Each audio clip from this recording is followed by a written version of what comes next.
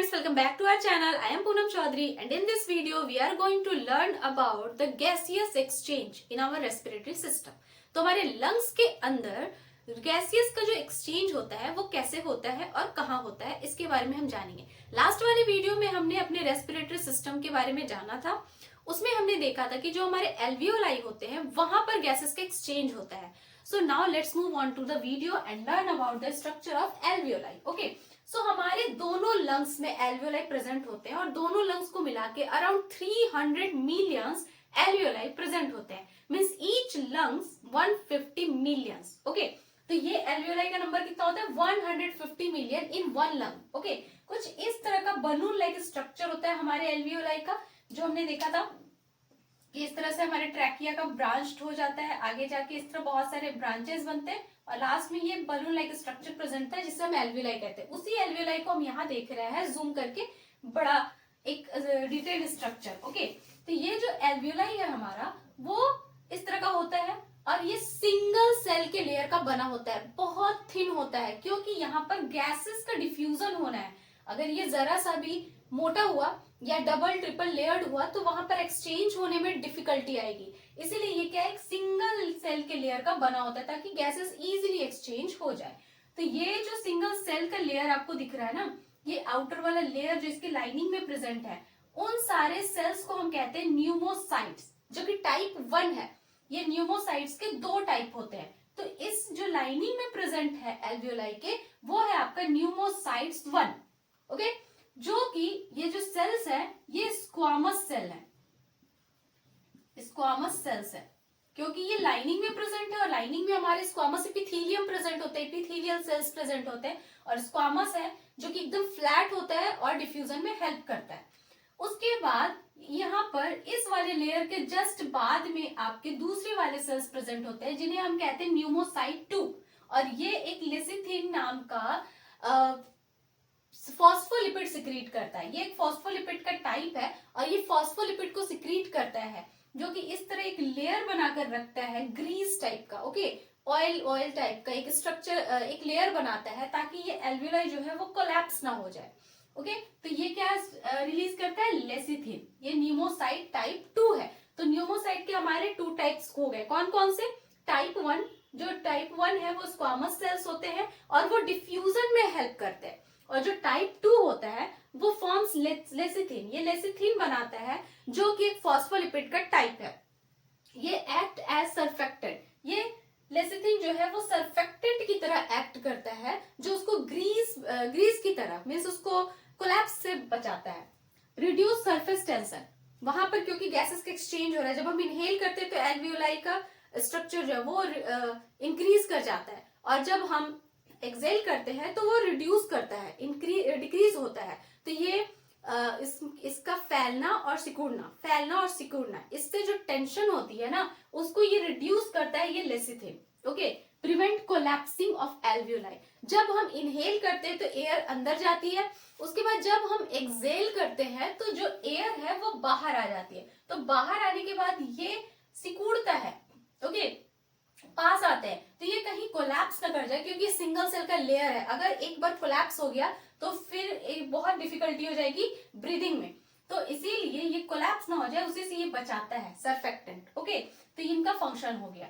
उसके बाद इसके आसपास में, हर एक एल्वियोलाई के आसपास में पूरे ब्लड के वेसल्स प्रेजेंट होते हैं। तो ये क्या है हमारा, this is our blood vessel, क्योंकि ब्लड में ही तो ऑक्सीजन प्रेजेंट होता है और CO2 प्रेजेंट होता है, तो वो ही तो एक्सचेंज करके लेके जाएगा ना, ब्लड ही तो एक्सचेंज करेगा। तो यहाँ पर ब्लड के वेसल्स प्रेजेंट होते हैं, उसके चारों तरफ मैंने यहाँ पर बनाया है एल्वियोलाई के अराउंड पूरे के पूरे चारों तरफ ब्लड के वेसल्स भरे पड़े होते हैं। ओके, अब क्या होता है कि ये जो ब्लड वेसल के अंदर का लाइनिंग आप जो देख रहे हो ना, ये ब्लड वेसल्स भी बहुत थिन होते हैं। ओके, सिंगल सेल के लेयर के बने होते हैं। तो ये जो इसका लेयर है इसे हम कहते हैं एंडोथेलियम। Okay, endothelium. इसके अंदर क्या फ्लो हो रहा है, ब्लड फ्लो हो रहा है।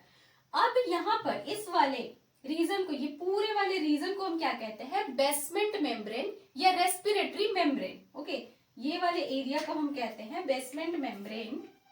चलो यहाँ पर लिख देते हैं,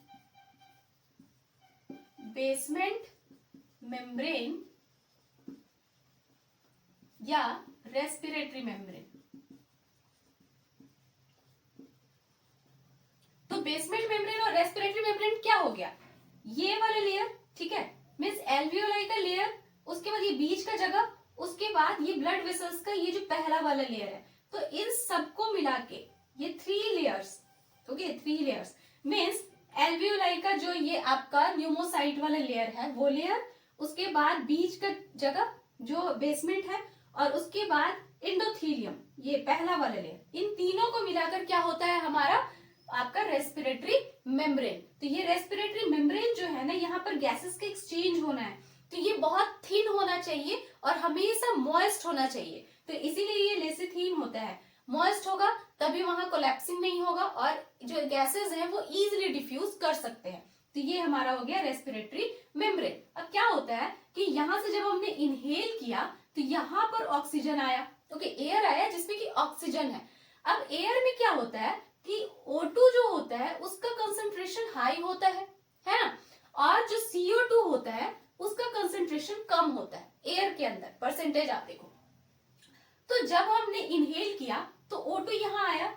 अब ये जो ब्लड यहाँ पर फ्लो कर रहा है ये पूरे बॉडी से ट्रेवल करके आ रहा है ना, ब्लड बॉडी के हर एक टिश्यूज, हर एक सेल्स में रेस्पिरेशन का प्रोसेस हुआ, मींस ग्लूकोज ब्रेक हुआ और वहां पर क्या प्रोड्यूस हुआ, CO2। तो इस ब्लड के पास क्या प्रेजेंट है, CO2 का हाई अमाउंट प्रेजेंट है, और इसके अंदर क्या है, CO2 का अमाउंट जो है वो बहुत लेस है, और यहाँ पर O2 का जो अमाउंट है वो बहुत ज्यादा है। अब इस ब्लड में O2 तो है ही नहीं, मींस O2 का अमाउंट जो है वो बहुत ही लेस है, क्योंकि रेस्पिरेशन का प्रोसेस हो चुका है और हमारे सेल ने CO2 प्रोड्यूस कर दिया।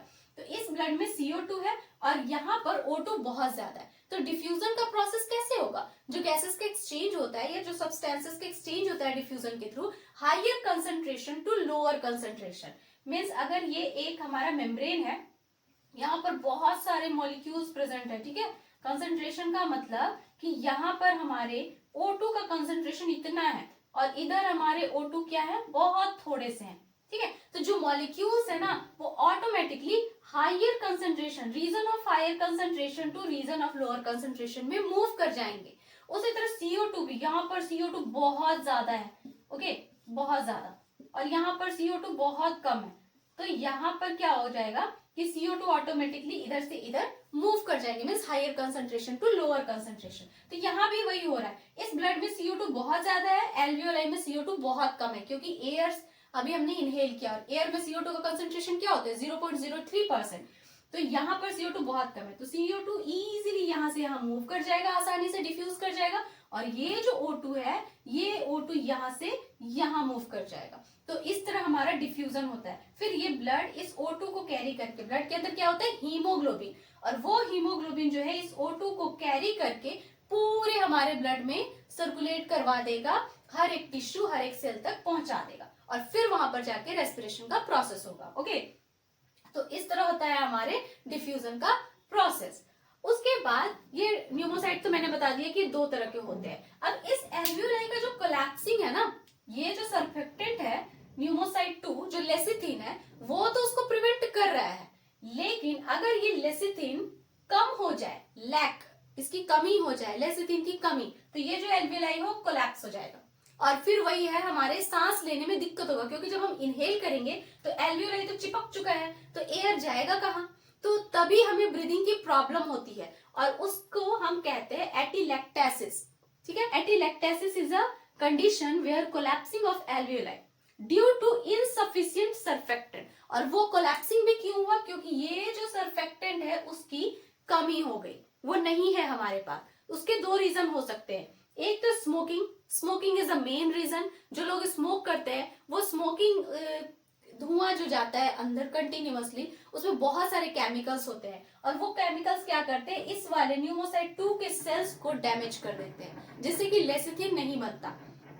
इसलिए हमारे एल्वियोलाई कोलैप्स कर जाते हैं। उसके बाद दूसरा रीजन होता है हमारा प्री मैच्योर बर्थ। जब कोई बच्चा pre mature means 7th month से पहले ही उसका बर्थ हो जाए, तो ये लेसिथिन का प्रोडक्शन नहीं हो पाता, और जिसकी वजह से उसके एल्वियोलाई जो होते हैं वो कोलैप्स कर जाते हैं। तो क्योंकि ये जो लेसिथीन होता है न्यूमोसाइट 2, ये जेस्टेशन पीरियड के 7th मंथ में बनते हैं। तो 7th मंथ से पहले अगर कोई बच्चा जन्म ले रहा है तो फिर उसके ये लेसिथीन नहीं बनेंगे और वहां पर एटिलेक्टेसिस का कंडीशन होगा और उसके एल्वेलाई कोलैप्स कर जाएंगे और उसको ब्रीदिंग में डिफिकल्टी होगी। So I hope this video found helpful to you. If you like the video then hit the like button and do subscribe my channel. मिलते हैं नेक्स्ट वीडियो में, तब तक के लिए bye bye and take care.